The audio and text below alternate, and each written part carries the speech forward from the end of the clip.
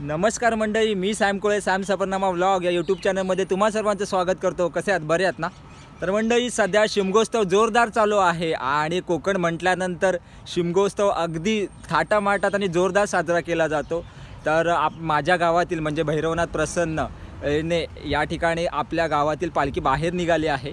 आपल्या गावातून संध्याकाळी पालखी बाहेर निघाली आहे। म्हणजे आपल्या इथून पालखी बोरथळला जाईल, बोरथळवरून पालखी गाव घेऊन संध्याकाळी आपल्या गावात येईल, होळी लावतील। त्याच्यानंतर होळी झाल्यानंतर लावून झाल्यानंतर मग लोणवडीला जाईल आणि लोणवडीतून मग पुढचा प्रवास चालू आहे हळूहळू टप्प्याने। तर मंडळी, पाहूया माझ्या गावातील भैरवनाथ प्रसन्न या ग्रामदेवची पालखी निघाली आहे तर कसा सण सेलिब्रेट केला जातो, पालखी कशी नाचवली जाते, शरण कसे काढले जातात।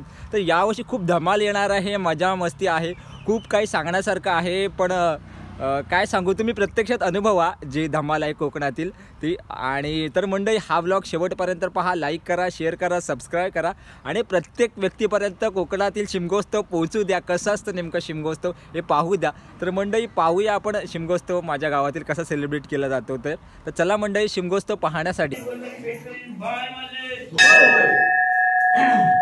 भवानी भाई तुला आम्ही ग्रामस्थांनी हौशी केली यांच्या वतीने मला 12.5 गावची सीमा फिरवण्याकरता आम्ही घेऊन जात आहोत। 12.5 गावची सीमा फिरत असताना परगावच्या बलगावची आपल्या खेळ्यांची भेटागाठी होईल, काही बोलीभाषा होईल, काही पंचायतीची बागायती नगरची, ते सगळं आपल्या देऊन देऊ नको, बाहेरच्या बाहेर ठेव। आता मी तुला अर्ज करतो।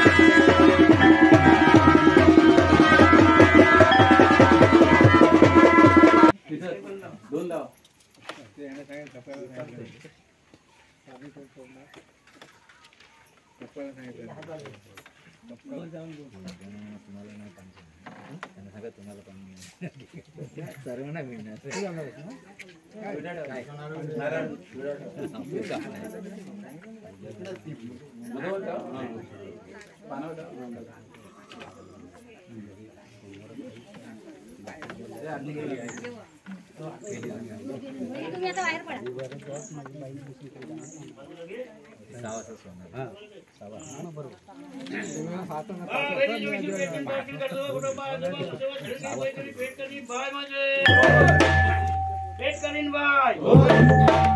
आम्ही आपल्या हौशी केली आणि ग्रामस्थ यांच्या वतीने तुला 12.5 गावची सीमा फिरण्याकरिता आज तुला उठवत आहोत।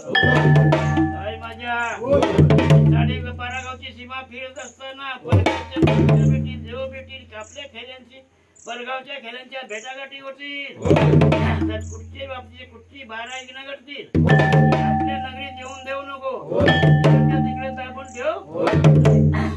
आणि तिकडे कुठली पुन्हा असेल, काही कुठलं काय असेल तर आपल्या खेळ्यांना कोणत्या तऱ्हेची तकलीफ न होईल याची दखल घेऊन बाय माझ्या खेळ्यांची चांगल्या तऱ्हेने दखल घ्या। आणि मी तुला अर्ज करतोय की तिथे खुनाच्या खुना ओळखून काढसे आणि आपल्या नगरीमध्ये जसे आपले खेळी घेऊन जात आहे तुला तसेच त्यांना रिटर्न घेऊन ये, असा मी तुला अर्ज करतो। अर्जासमान शब्दासमान सर्व गोष्टी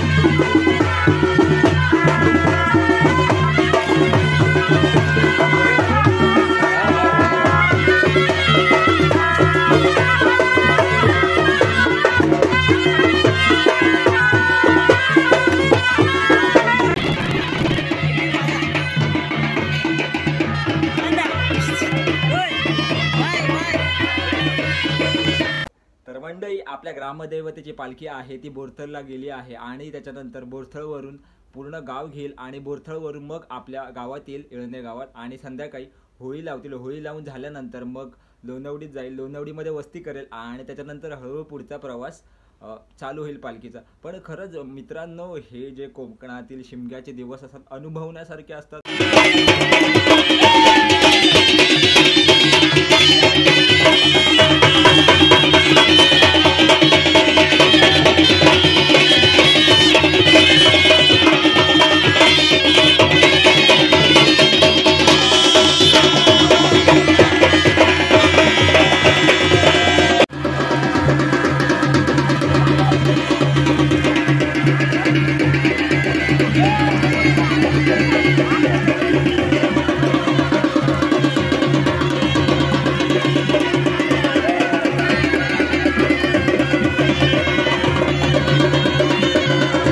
तर आय होप मंडळी तुम्हाला हा ब्लॉग आवडला असेल तर लाईक करा, शेअर करा, सबस्क्राईब करा आणि जास्तीत जास्त लोकांपर्यंत पोहोचवण्याचा प्रयत्न करा.